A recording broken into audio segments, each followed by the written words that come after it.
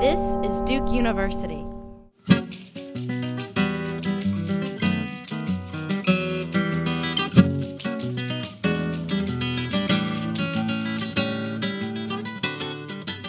Brazil's first decade of the 21st century culminated with widespread international acclaim.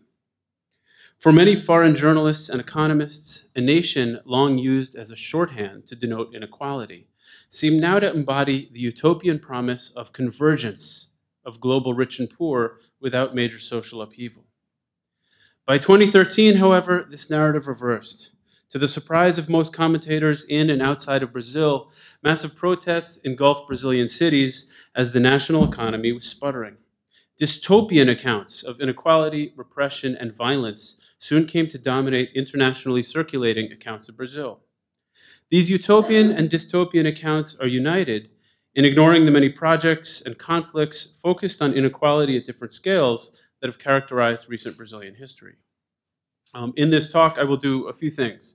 First, I want to discuss the way in which this has all generally been cast in Anglophone and especially US media, focusing in particular on the World Cup.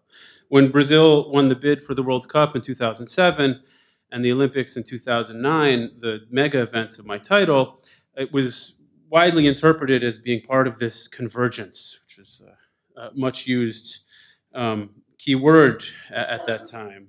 Brazil is this exemplar of, again, this kind of disappearance of class differences on multiple scales. At Brazil finally becoming the country of the future. And I'll explain some of the reasons that this narrative reversed so rapidly and completely. And the rapidity of the reversal should, what's the pattern? And such reversals, I'll also argue, are frequent in Brazilian history and the way that it's understood abroad. And I'll make a broader, more general argument about that as well. Then finally, I'm going to turn to my own ethnographic work around Brazil's spaceport to examine some of the roots of Brazil's contemporary politics of inequality. And now onto the World Cup. Not unlike the 2010 hoopla anticipating that year's South Africa World Cup, the breathless expectation of failure and security breakdown that characterized much international coverage of the lead-up to Brazil's 2014 World Cup turned out to be ill-founded. When reporting wasn't merely fluff, which much of it was, World Cup coverage in the global North press was overheated and macabre. Why? Well, the last year and a half saw the emergence of large-scale protest movements of clear importance in Brazil, and the World Cup was an important target of their criticism. But the macabre emphasis on violence and failure has obscured much more that it has illuminated about these movements and about the real violence and social conflicts in contemporary Brazil. To understand why so much coverage took its lurid form, it helps to look at historical representations of peace and violence in Brazil, as well as contemporary politics in Brazil and abroad. First, consider this. In the run-up to Brazil's World Cup, the New York Times described the highly modernistic improvement in stadium security technology designed for the highly excitable public and the huge crowds possible in this soccer-mad country. The same year, the Washington Post lamented that Brazil has for several years been miring deeper into a real crisis characterized by inflation and a breakdown in national equipment. The paper warned of a country that had outgrown its transportation system and power resources, of impoverished hordes in São Paulo and Rio de Janeiro, and that the cost of living, already high, is going higher each day. There was mention of elites hoping that a president swept into power by the underprivileged could maintain a reasonable restraint on the masses. Without such control, the country might suffer violent swings to the left, then to the right, producing chaos that might prevent the country from setting its economic house in order. Despite clear similarities with recent Anglophone reporting on Brazil, these articles were not from Brazil's World Cup year of 2014, but from 1950, when Brazil also hosted the event. The highly modernistic improvement to Rio's Maracanã Stadium was a moat designed to protect players from spectators, somewhat lower tech than the RoboCops of today's sensational headlines. The list of economic and political woes in the Washington Post article fits neatly with recent coverage of Brazil in the Anglophone press. But the president in question was the newly elected former dictator, Getúlio Vargas, not the then soon up for re-election former revolutionary Dilma Rousseff of Brazil's PT, Workers' Party. Like Dilma, Getúlio inherited a political program vastly popular with Brazil's poor, but faced discontent, political turmoil, and the imperative to assuage fears of socialism among elites in Brazil and abroad. When I went looking for 1950 reports about Brazil in the US press, the pickings were few. Of course, a dramatic contrast to the live video feeds, social media posts, and news reports of all kinds that we were assaulted with during the World Cup and at pretty much every moment of our waking and sleeping existence today. The key point, as I see it, is this. In conversations, I was in New York during the World Cup, and I should say, I'll pause briefly to give some context. I blogged about the politics of the World Cup while it was going on. And so some of what I'm going to present today, not all of it, is an expanded version of material that I wrote about then. This is not the ethnographic topic of my own scholarly work, which I'll also turn to and bring these pieces together. But the key point is I saw it, and what caused me to start writing about the event and the way it was being written about was the much greater focus on violence and failure that I was having in New York in conversations with people than in the conversations I was having with people in Brazil. During the World Cup, I had a discussion with a group of well-meaning New Yorkers wrongly convinced that massive battles between protesters and police were ongoing outside most of the stadiums. A few days earlier, I had tried in vain to argue against the likelihood of stadium collapse with a man who thought such a disastrous event likely. So why, prior to the World Cup, did violence and failure become such central tropes in foreign representations of Brazil, after a period when almost the opposite had been dominant in representations of Brazil?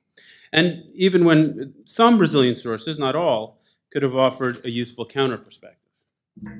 To begin to answer this question, I'll note that there has been a deep shift in the ideas about peace and violence that have circulated about Brazil over the last half-century or so. I did my best in the introduction to this talk to emphasize the many similarities between reporting in 1950 and 2014. Now I will emphasize the equally significant differences. The 1950 New York Times article about the moat didn't do a lot to stir up fear, and unlike contemporary reports, mentioned no dangers greater than rowdy sports fans. The 1950 Washington Post article, published after that year's World Cup, clearly referenced many of the fears of a Washington Post readership worried about socialism in Latin America after the election of a populist Brazilian president, similar to fears that were voiced in the international press during the early years of Brazil's Workers' Party governance, 2003 to the present, and fears that in some cases have come back. They, for interesting reasons that I'll talk about, seem to disappear for a while towards the end of the last decade. And the thrust of the Post article, awkwardly entitled, "Brazil's Socialism Probably Will Be a Relative Thing," was to console Cold War-era readers that the president-elect wants foreign capital to help on the long-term national improvements that must be made. It is here that clear differences with the present emerge. The Post relied on a cultural analysis to come to its mollifying conclusion. In a polar inversion of recently dominant representations of Brazil as an especially violent country, the article describes a Brazilian national inclination to peacefulness. The adaptability of Brazilians helps them solve their problems with far less violence and stress than most peoples, the article soothed. This conception of Brazil as a uniquely peaceful country is one with a long history, although, at least in elite circles, it has mostly fallen into eclipse. Some of the main tropes of the myth are that Brazil achieved independence from Portugal without the bloodshed that characterized independence throughout the Americas. The country abolished slavery without a war. Abolition came to Brazil after all other countries in the hemisphere in 1888. The Brazilian military has not engaged in military action against foreigners in South America since the brutal Paraguayan War of the 19th century. Contemporary English language readers may be most familiar, and this topic has already come up today, may be most familiar with the closely related myth generally called the myth of racial democracy. The idea that Brazil has long had uniquely friendly and peaceful race relations. But if casual readers are familiar with this myth, it is likely because they have seen or heard it critiqued. Like the myth of Brazilian peacefulness, racial democracy does enjoy life as a popular ideology in Brazil. But in scholarship and middle and highbrow journalism, it is invoked almost exclusively to be debunked. If I can take the general impression held by my more interested US undergraduate students as a guide, the idea of Brazil as a violent and racist country, along with hard-edged popular culture such as baile funk and the famous film City of God, have now completely surpassed the mid-20th century conceptions of peacefulness, racial democracy, and the soothing Garota de Ipanema and Carmen Miranda as sources of internationally circulating cliches about Brazil. The myth of peaceful Brazil is as faulty as the now dominant polar opposite myth of violent Brazil. For a nation without significant external enemies, yet with high levels of urban and police violence and one of the world's major small arms industries, one could, if so inclined, build a case for either myth. And I've written a paper co-written a paper in Eternal Peer Review, in which we argue how representations of Brazil in the global north, especially in the United States, frequently swing between utopian and dystopian poles, in part because the nation is just similar enough to the United States to serve as a conveniently blank slate.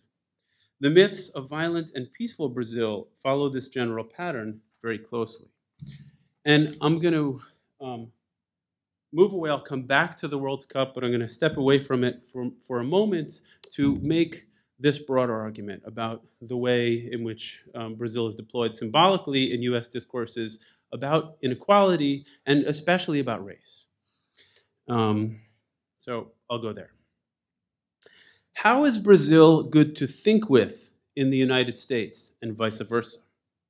And how is our understanding of race, development, and inequality in the Afro-Atlantic world been shaped by utopian and dystopian Brazil-US comparisons that are often wildly non-empirical, and which, again, I'm arguing that the take we got about the World Cup, about recent advances and in Brazilian development and how that seems to have shifted completely, and also the news we're getting about contemporary protests in Brazil all follow this broad pattern that I'm going to describe somewhat closely.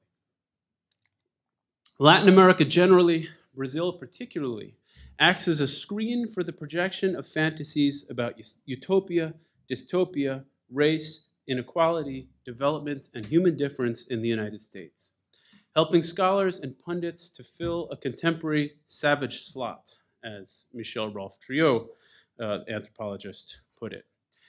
Triot was making an argument that the colonial West symbolically constituted itself through opposition to the savage rest, and this savage was imagined by some intellectuals, Rousseau, Moore, Defoe, and others, as expressing possibilities for human utopia. These thinkers employed a fantasy of the savage to make arguments about utopian transformations of the West, an entity that was just then emerging upon the world's historical stage.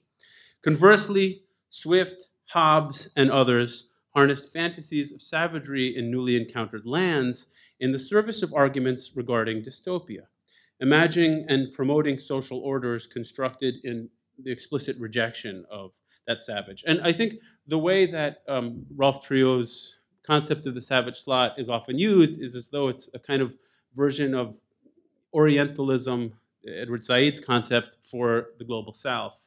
But it's somewhat different from that. I mean, it's precisely this vacillating position between possibility, utopia, and dystopia that Triot was trying to put his finger on. And one could really see that dynamic in coverage of Brazil. Brazil has a long history of being imagined in this tradition. In particular, the country plays a similar role of utopian, dystopian savage in many US imaginaries of order and disorder, particularly with, but not exclusively with regard to race, inequality, and development. In these imaginaries, Brazilian experiences are flattened, simplified, and reconstituted so that they can better support political projects for the United States, much in the same way that the savage slot that Michel Rolfe-Triot describes was harnessed in the constitution of the political imagination of the West. Consider the multiple uses of Brazilification. Philip Copeland's 1991 novel, Generation X, gifted the Anglophone world with a few lasting neologisms. Most obviously, Generation X became the term used to label me. The US generation born from roughly 1965 to 1983, a name that begot its successor, Generation Y. The novel also gets credited with coining Brazilification, a term which has often been employed by English language journalists.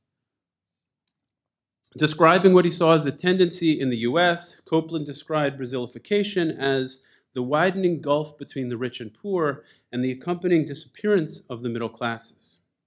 The term recently appeared in the article, America's Dystopian New Normal, by a lawyer who worked in the first President Bush campaign, the first of the two presidents, Bush and administration. He uses Brazilification to deplore deepening US economic inequality that he argues is being ushered in by both Democrats and Republicans. Green concludes with, the underside of globalization has come to us. Blame it on Rio, I guess. Nevertheless, Green also concedes that inequality has recently been reduced in Brazil, a fact that has motivated many morality stories starring Brazil in the US press. Writing in Foreign Policy, economist Daniel Altman argues that the world could learn a lot from Brazil's fight against poverty. Indeed, the World Bank was then publishing effusive endorsements of Bolsa Familia, Brazil's conditional cash transfer program to poor families, an experience, said the World Bank, or a writer for the World Bank, that is showing the way for the rest of the world. Even the neoliberal The Economist, at the height of Brazil's economic boom of the 2000s, gave a vote of approval for Brazil's center-left social policies, claiming that the country has moved to reduce the searing inequalities that have long disfigured it. Indeed, when it comes to smart social policy and boosting consumption at home, the developing world has much more to learn from Brazil than from China. You know, we should have all raised our collective eyebrows when The Economist was praising left-leaning government. Of course, this was all followed a few years later by a return to Brazil as dystopia discourse, with the headline, Has Brazil Blown It? Copeland didn't coin Brazilification.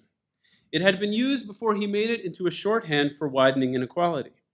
In an article published just over a year after a US-sponsored coup d'etat brought a military government to power in Brazil, the New York Times used the term Brazilification in a glowing account of the German enclave Blumenau and its assimilation into the mainstream of Brazilian life, spurred by government and popular repression of the Nazi movements active there in the 1930s. In this use, Brazilification stood in for the assimilation and modernization of Brazil's ethnic minorities, a utopia of state-led ethnic progress in the civil rights era US. Indeed, for much of the 20th century, up until the mid-1960s or early 1970s, Brazil was regarded by many African-American intellectuals, many political progressives in the United States, as a model of harmonious racial mixture that might be emulated by the US.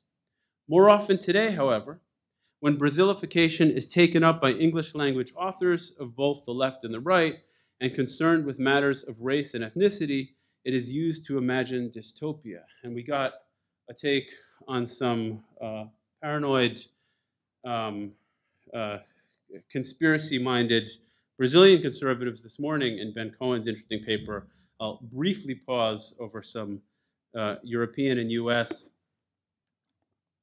paranoid conservatives who deploy Brazil in their argument.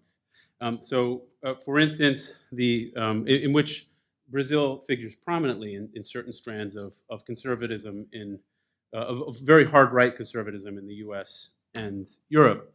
The British-born, US-based paleoconservative John Derbyshire, who was fired by the conservative National Review for his racism, warned on a far-right blog of a cultural Marxist effort to Brazilify the USA via mass immigration. He meant for Brazilification to signify the political and social chaos that he saw brought about by large-scale physical and cultural mixture. He is far from the only conservative who thinks in these terms. Far-right Norwegian mass murderer Anders Breivik also relied on the trope, justifying his acts as a last resort in the struggle to prevent the Brazilification of Europe. And I'll briefly cite his words, given that they so effectively synthesize racialized conservative fears of Brazil as chaos. Conservatives must seize political and military power through a combination of armed and democratic struggle within 70 years.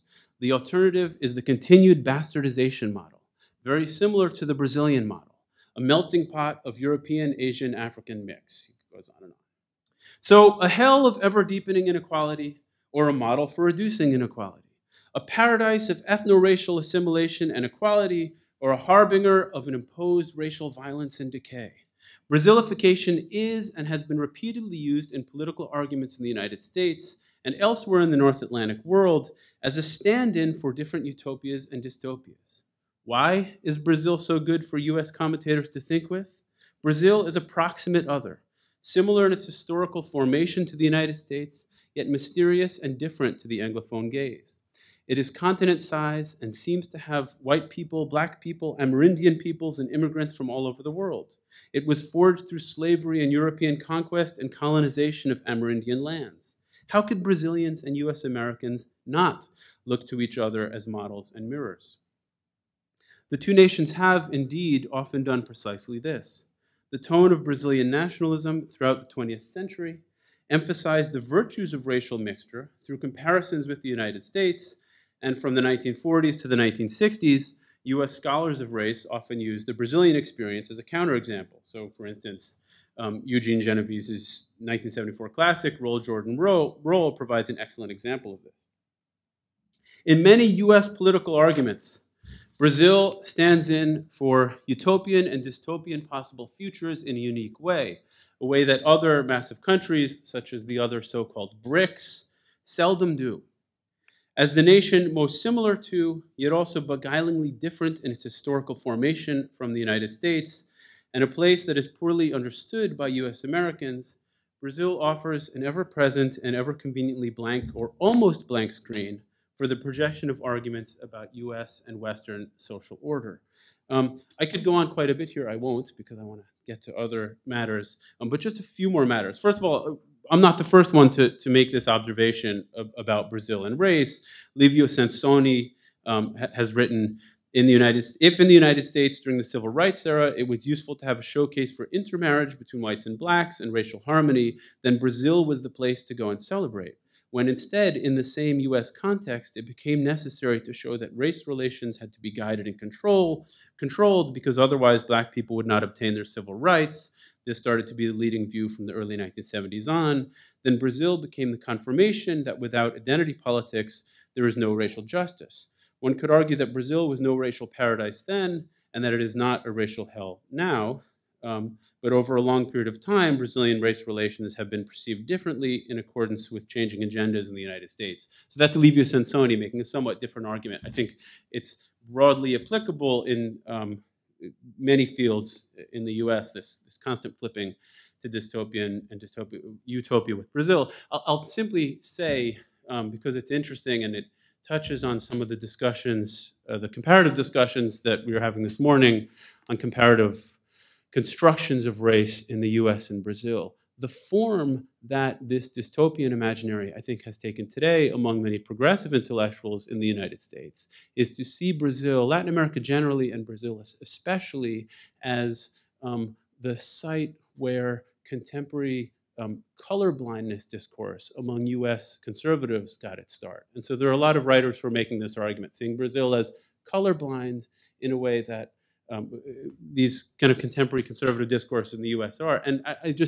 think that's a clear example of this, using Brazil as this kind of savage slot. If you think about contemporary conservative colorblindness discourses in the US, they rely on tropes that are very, very American.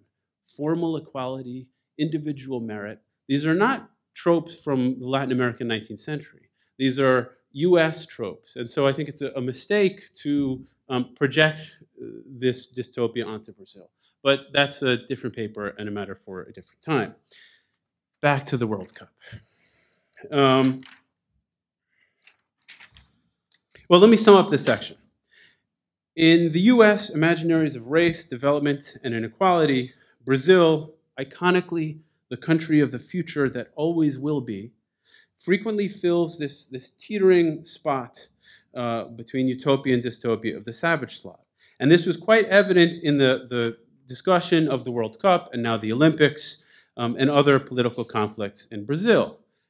However, there is real conflict in Brazil. There is real civil unrest. There is a deep and complicated, and in some ways becoming ever more complicated, politics of inequality and conflicts of inequality, which is by no means merely the fantasy of The Economist and the New York Times.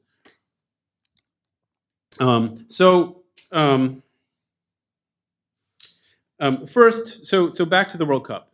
The deaths, physical displacement, and many other human costs to the preparations for the event, along with waste and private appropriation of needed public funds, have catalyzed public dissent. The mega events of the World Cup and the 2016 Olympics are being used to favor real estate interests and for the neoliberal restructuring of major cities.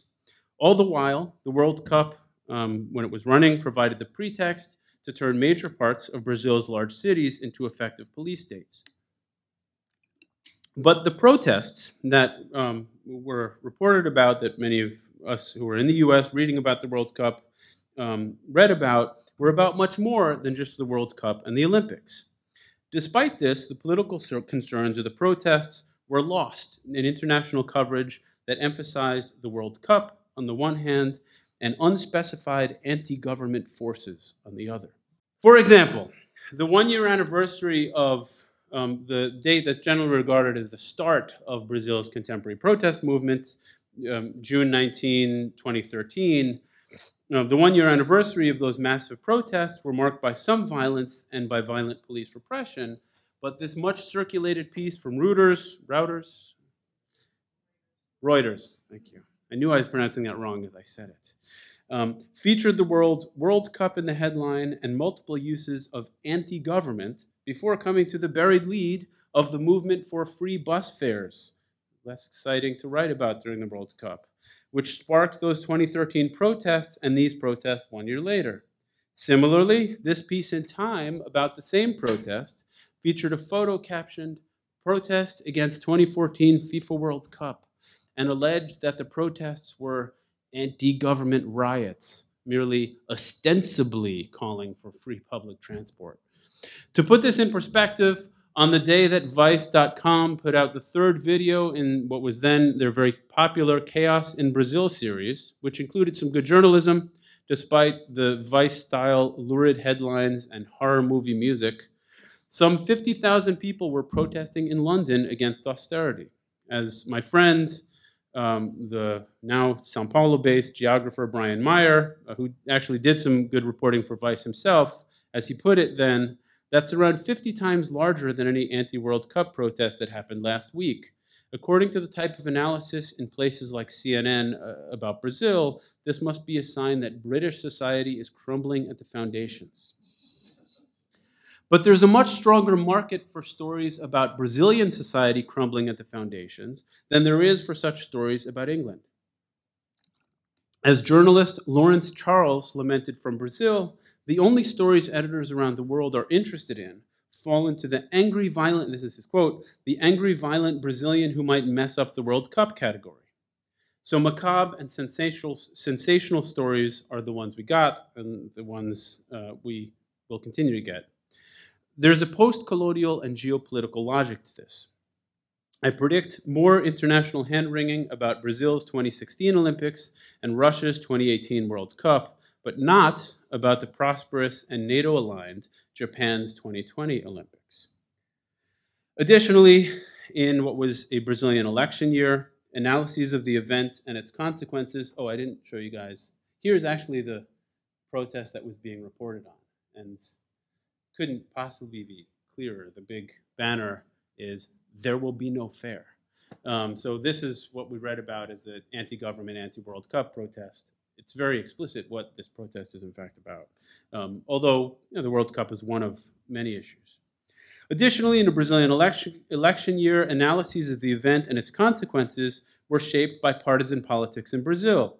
As political scientists, João Ferres Jr. and Fabio Kershi have been arguing, the most powerful news sources in Brazil, the Folha de São Paulo, the Estado de São Paulo, Globo, Veja, and Época, are systematically biased against the Workers' Party government that has been in charge of Brazil's executive since 2003. All of those media organizations also supported the military regime we were hearing about this morning. And I don't know if any of you guys have hung out with the foreign journalists in Brazil. They're mostly either in Rio or São Paulo. They hang out and drink together and complain about Brazil and get their news from the Folha de São Paulo and the Globo.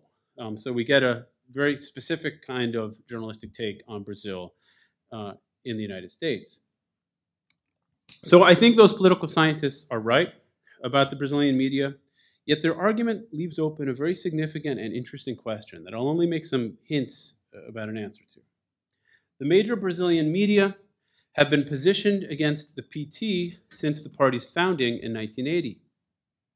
Yet for most of the first decade of the 21st century, Brazil's PT and its president from 2003 to 2010, Lula, were beloved by institutions of global North governance and media, despite the party's enmity with Brazil's major media organizations. And just to give an example, here's a piece from Forbes, of all sources, when back in 2009, when Brazil won the Olympics, and it's kind of glowingly reporting on Lula's government.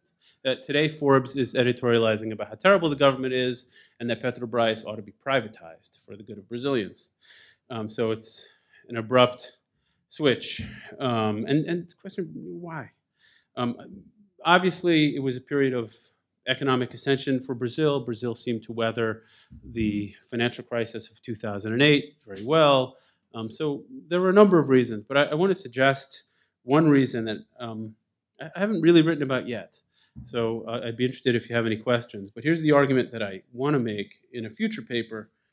And this borrows from an argument that John French, our very own John French, has made about the way in which during the period of this pink tide in Latin America, this move to the left that began at the beginning of this new century, really, especially in that first decade, as John has put it, dichotomous categorizations of social democratic, read safe, and populist lefts as a disciplinary move by neoliberals that appeals to entrenched liberal predispositions.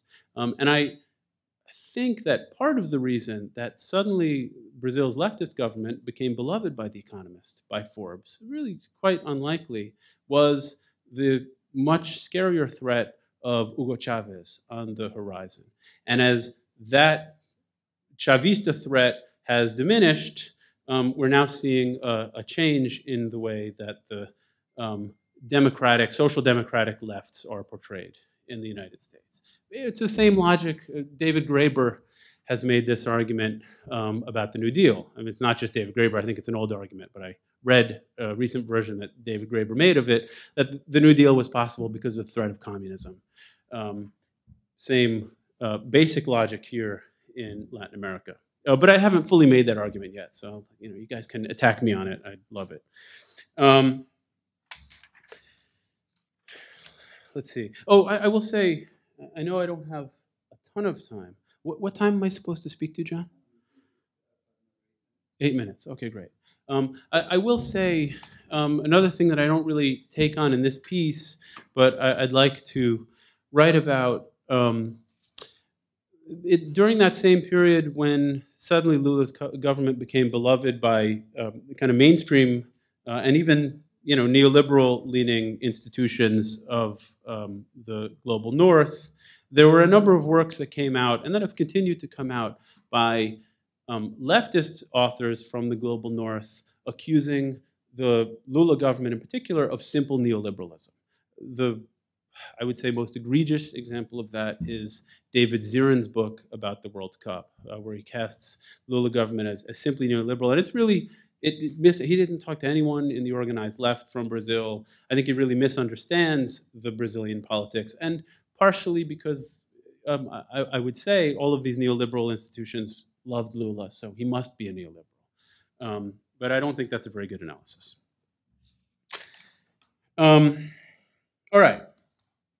I should be honest here. Oh, okay. So, very, so some of you are laughing. Those of you who read Portuguese and who get the context. This was a cartoon I took from the newspaper on Minas Gerais the other day. And just to think briefly about the news we're getting about the current wave of protest in Brazil, which is mostly being portrayed as, you know, some kind of bottom-up thing. But there's a clear class element in current Brazilian protest.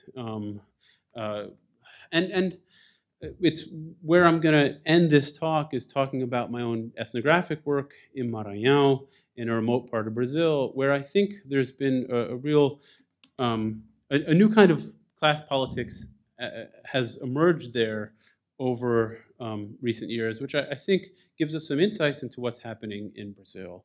To some extent, I think the wave of protest in contemporary Brazil is a kind of revolt of elites after a long period of social transformation, transformation in class relations. There's some, again, I'm relying on government statistics here, but there are some 40 million people in contemporary Brazil who 15 years ago were poor and today are at least officially categorized as middle class. The minimum wage has gone up in that period by about, in real terms, this is factoring in inflation, by about 76%. So there's been this real transformation in class relations. And I think part of the protest that we're seeing now is some pushback against that transformation from elite. So this is a political cartoon from a Brazilian newspaper making that argument. There's a couple weeks ago, the president was giving a speech, and everyone in Brazil was supposed to bang on pots to protest her speech. And here we have a woman who's clearly never entered her own kitchen before, of course, a blonde lady, asking her maid, "Maria, where do you keep the pots?" And the maid's like, oh. You know, it captures the class dynamic in contemporary Brazil, I think, pretty well. So to be honest, I'm an ethnographer. Nothing that I've presented to you today is really ethnographic. It's all based on, and I should say, too, I'm also between two different ethnographic projects.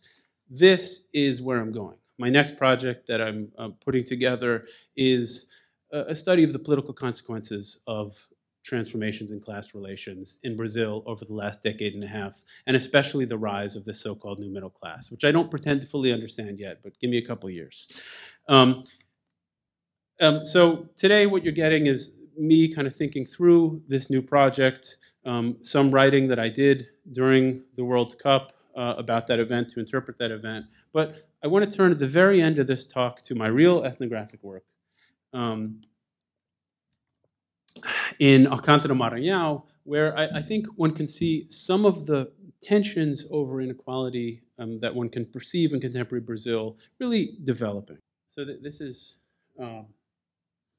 where I have done field work, is in this state of Maranhão. It's a border region between the Northeast and the Amazon. It is by many measures Brazil's poorest state. And let me begin with this. In the recent Brazilian presidential elections of October 2014, the current president received her most decisive win. The stats have been broken down by municipality in Brazil. She received her most decisive win in the municipality of Belagua, which is in Maranhão, very close to the region where I do field work in the same state. It's in the interior. And according to Brazil's census agency, this couldn't be more symbolically perfect. According to Brazil's census agency, it is, in fact, Brazil's poorest municipality. And Dilma got almost 94% of the vote in Belagua. The average monthly per capita income there is about $70 US dollars per month. ISU, the center-right challenger, got his highest vote count in, I bet someone knows. In where? Anyone know? Yeah, Miami, Florida. Uh, it's symbolically perfect. ISU got almost 92% of the vote in Miami, Florida. So this vividly illustrates the class divide in contemporary Brazilian politics and in the election, but it's interesting in another way that is relevant to the project this book that I'm finishing up, and to the situation I'm talking about today. Maranhão is by many measures Brazil's poorest state. It voted in the highest percentage of all Brazilian states for Dilma. This is in many ways surprising, since poor people in Maranhão have for the last half century really not mostly voted for class or even straightforwardly political reasons, to the long dismay of social movement organizers in that state. State-level politics in Maranhão have, until very recently, been dominated by the Sarney clan, by the extended group and family of former Brazilian President José Sarney. The Sarney clan also owns the main TV station and newspaper, and I've spent a lot of time in Maranhão. They seldom even tried to appeal to people's class interests or political interests, but rather to much more individualized clientelist interests. This election also saw the defeat of all of those Sarney-supported state-level candidates. So there's a kind of transformation, and I will venture there seems to be the emergence of a will to collective group, class, one might call it, class interest that did not so clearly exist earlier. And in the book, I really try to show how that happened.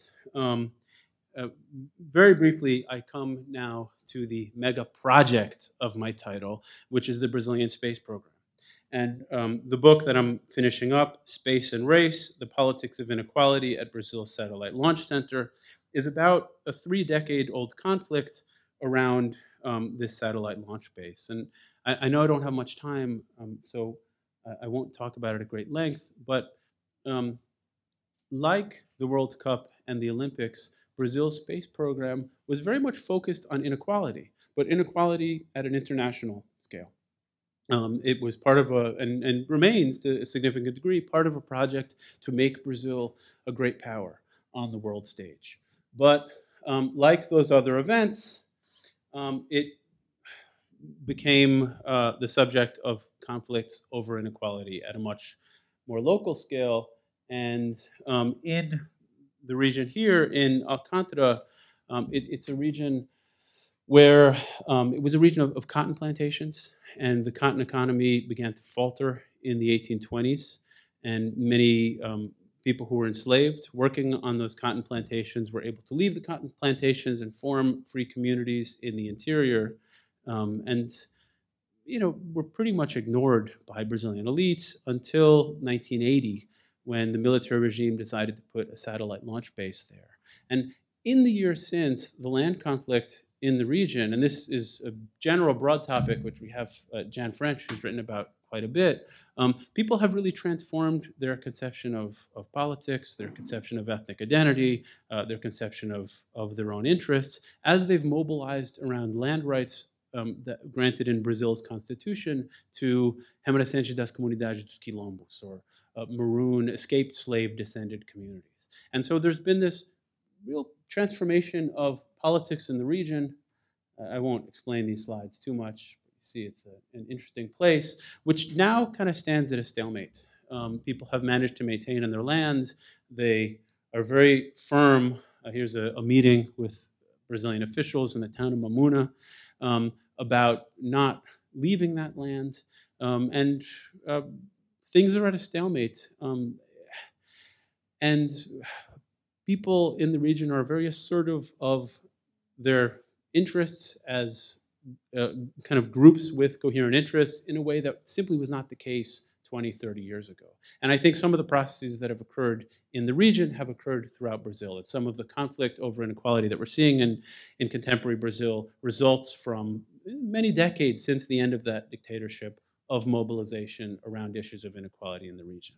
And understanding that is much better than the kind of savage slot, utopia, dystopia, that tends to characterize U.S. takes on the politics of inequality in Brazil. I know I'm out of time, so I'm just going to stop. And if there's time for questions, I would love to take some. Thank you all. Produced by Duke University. Online at duke.edu.